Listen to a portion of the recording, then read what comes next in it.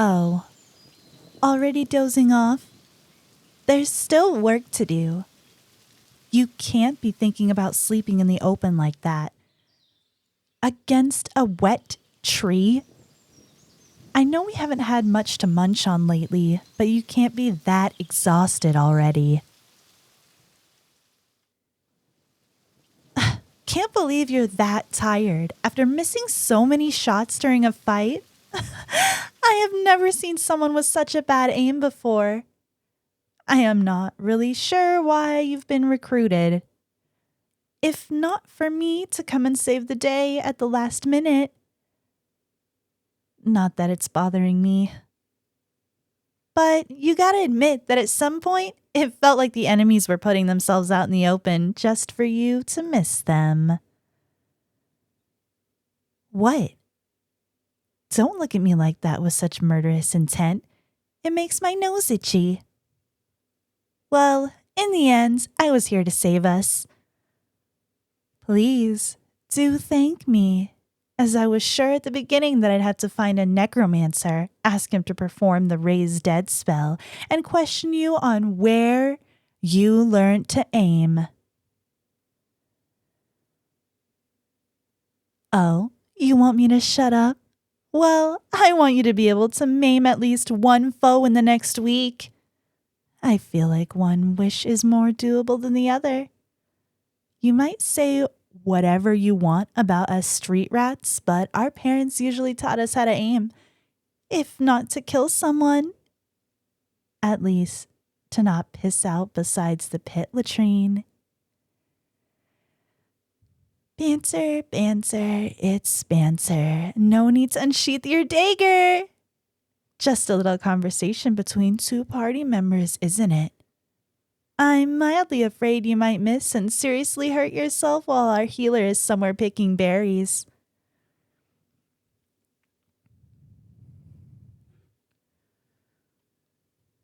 Well, the others all went looking for food. Such a shame we spent so much time on that fight when their pockets and bags were empty. We would have been more successful just waiting on the side of the road and ambushing the first elegant-looking champ that would ride by. We have to set up the camp, though. I'm assuming for this I can expect you to properly help. You know how to light up a fire, right? Okay then, I'll just get the beds ready once you're done. I already set up the tent beneath that tree in case it starts drizzling again. It's been raining like a pissing cow these few days. Oh, you don't say in the common language? Well, it means it's been raining a lot. Raining cats and dogs? It doesn't really make sense, does it now? I mean, the imagery of a giant cow pissing on all of us seems more telling than dogs and cats falling from the sky. If they were, I for one would be so happy because if they survive, boom, furry friend. If they don't, boom, we finally have some food after days of an empty stomach. Well, what are you waiting for? Lighting up the fire, or do I have to do it as well? Time to get up now. Oh, calm down, soldier. We don't draw weapons against our allies in this team. Also, how long has it been since you've sharpened this dagger? Not that I am particularly fond of you pushing your weapon against my neck, but I don't think this would be able to draw blood. But you could probably maybe use it to peel a potato if you tried hard enough. Oh, wow. I can definitely picture you as a thief. You definitely missed your calling. Oh, come on, mate. You don't want me to start fighting you. You know how this is going to end. Do you want your arm twisted? Or your finger snapped? I can turn your knee inside out if needed. If you ask nicely enough, I can make you unable to walk for a few months. Wouldn't that be nice? You could finally focus on learning how to aim. What? Why are you looking at me like that? You look like that orc after I beheaded it. Wait, are you gonna cry? Come on, you can't keep this dagger against my neck and have a little cry. Imagine if the others would just show up now. They'll say I was a bully again.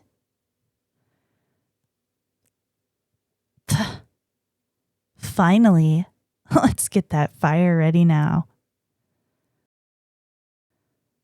Oh, it's banter with a lot of truth in it.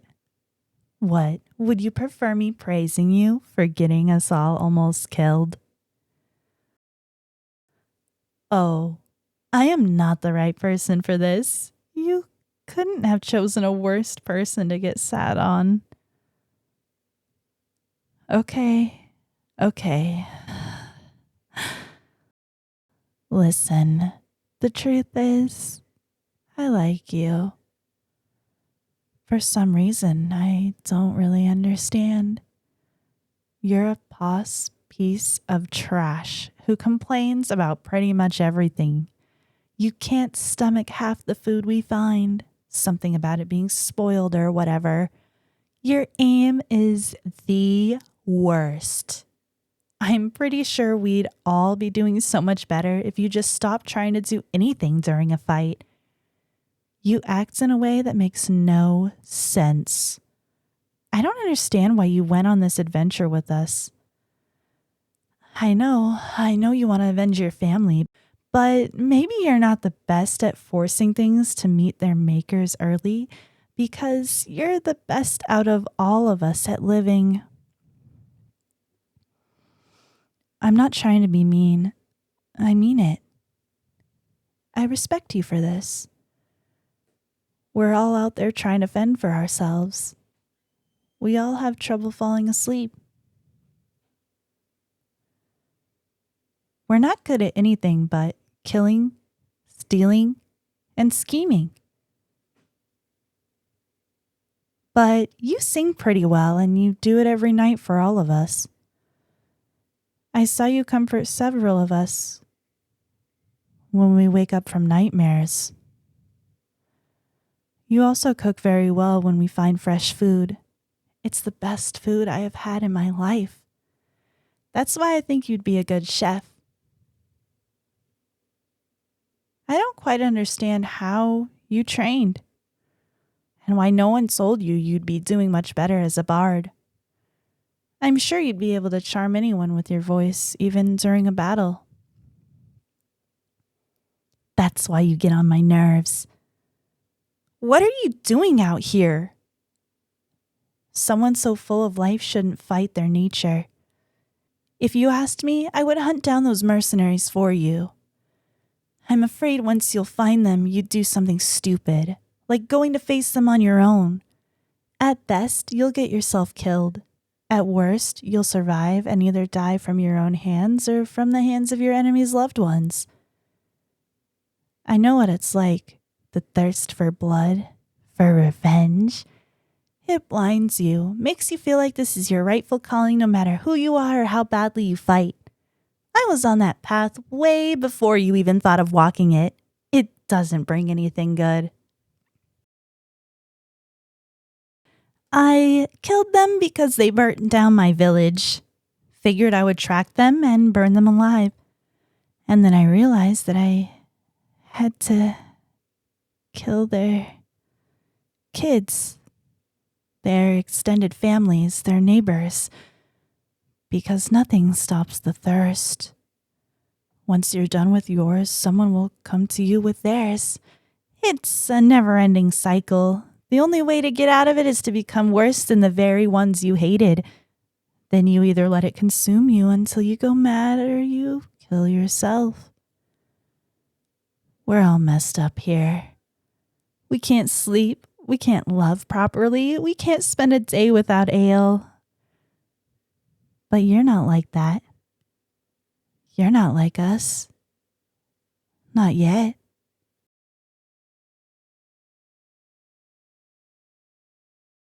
I don't think you can handle it. Would you kill a mere child? Are you okay slicing the throat of a woman begging for her life? Would you wreak havoc on an entire community? Or would you try to run away, go far enough that revenge would only reach you in a few years when you will be retired from this adventure? What if a young man comes to your door and asks for the blood of your kid because you murdered his dad? Who is in the right? Who has suffered the most? What justifications will you find?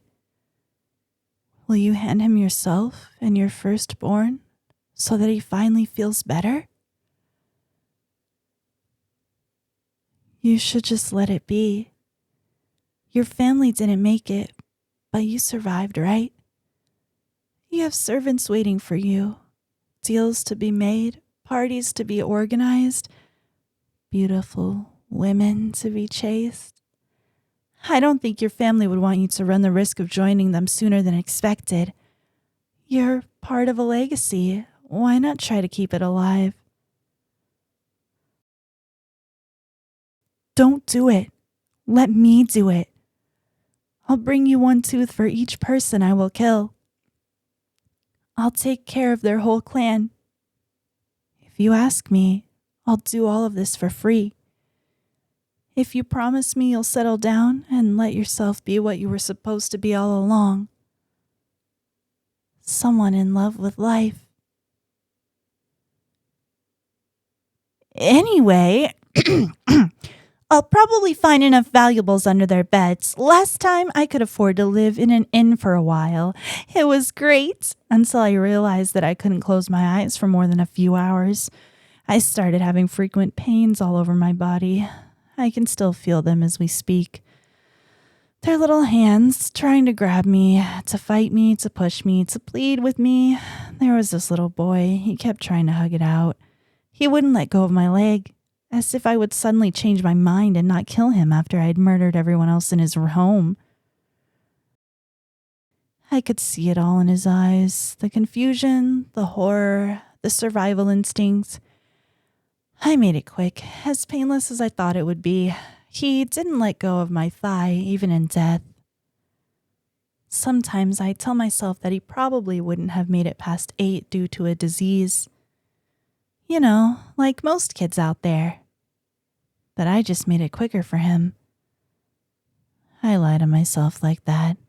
Even if I hear their screams in the broad daylight, I don't have to sleep anymore for the nightmares to visit me. Listen. Think about it. We still have a long time before we reach the port. We'll find a boat who can take us to the east there. You have until then.